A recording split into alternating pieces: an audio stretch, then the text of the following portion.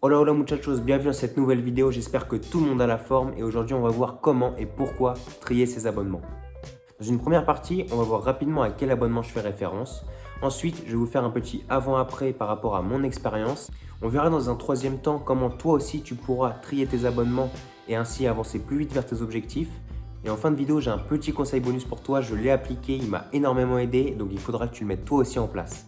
Tout d'abord, cette vidéo fera référence aux abonnements Instagram, Twitter, Facebook, Snapchat et YouTube. Tu l'auras compris, tous les réseaux sociaux.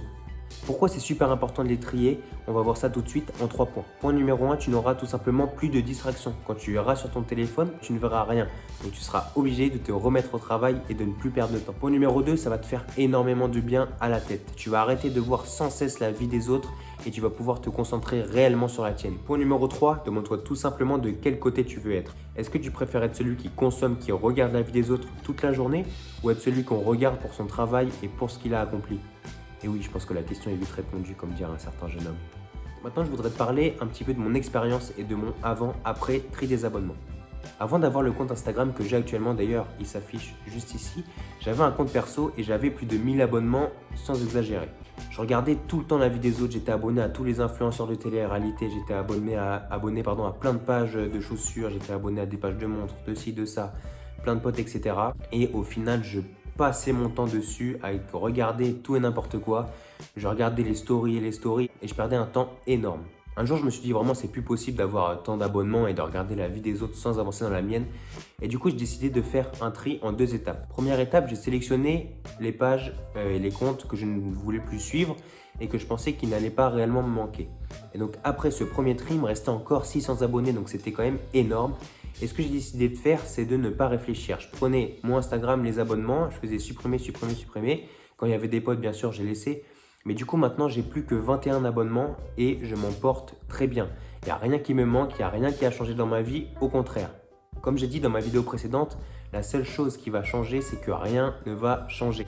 Et ça, c'est véridique. Je me rends compte qu'en fait, regarder les influenceurs, regarder les placements de produits, découvrir la nouvelle crème pour le nez, etc., ça ne me manque pas du tout. Je me rends compte que je suis plus focus sur ce que j'ai à faire et aussi, j'évite de jouer à saute-mouton dans le business. Je m'explique. Avant, avec plein d'abonnements, j'étais abonné à plein de gens dans le business.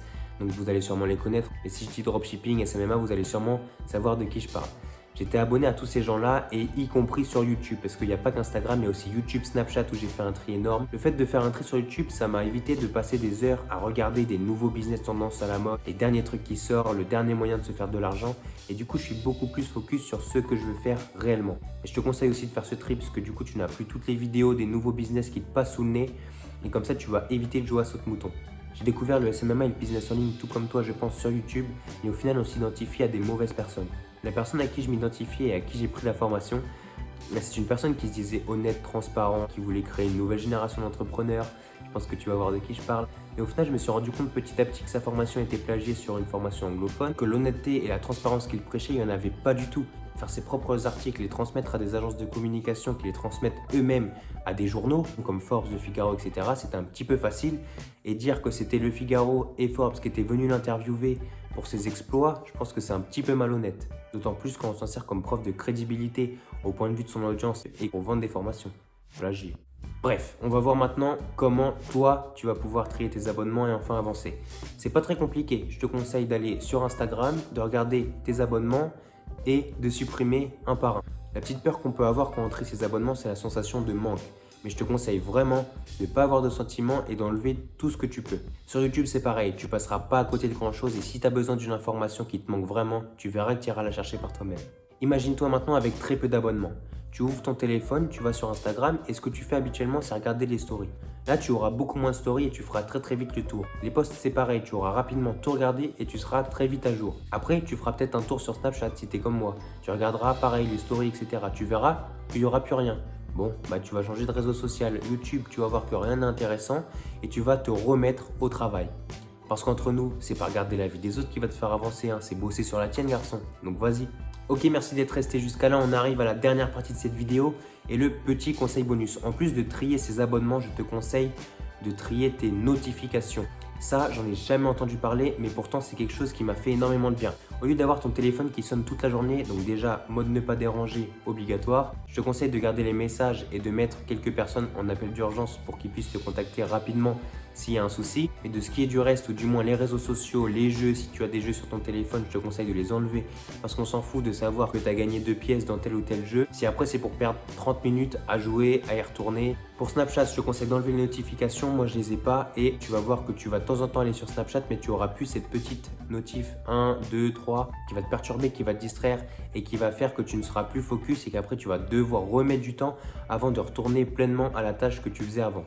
Tu arrêteras aussi de tomber sur ces formations en ligne gratuites, sur ces formations payantes, sur les coachings, sur les conférences gratuites qui ont un seul but, c'est de vendre leur formation à la fin. Tu vas arrêter de voir tout ça et tu vas voir que faire une cure de désintoxication de tous ces gourous du web, ça va te faire énormément de bien. Tu vas arrêter de vouloir changer de business toutes les 5 minutes, te remettre en question, te poser des questions et au final ne plus avancer sur ce que tu faisais et sur ce qui t'animait vraiment. Voilà, j'espère que tu auras retenu et appris quelque chose de cette vidéo. Si c'est le cas, petit pouce bleu. N'hésite pas aussi à t'abonner et à venir me suivre sur Instagram, c'est toujours là. Et on se dit à plus pour une prochaine vidéo. Bisous!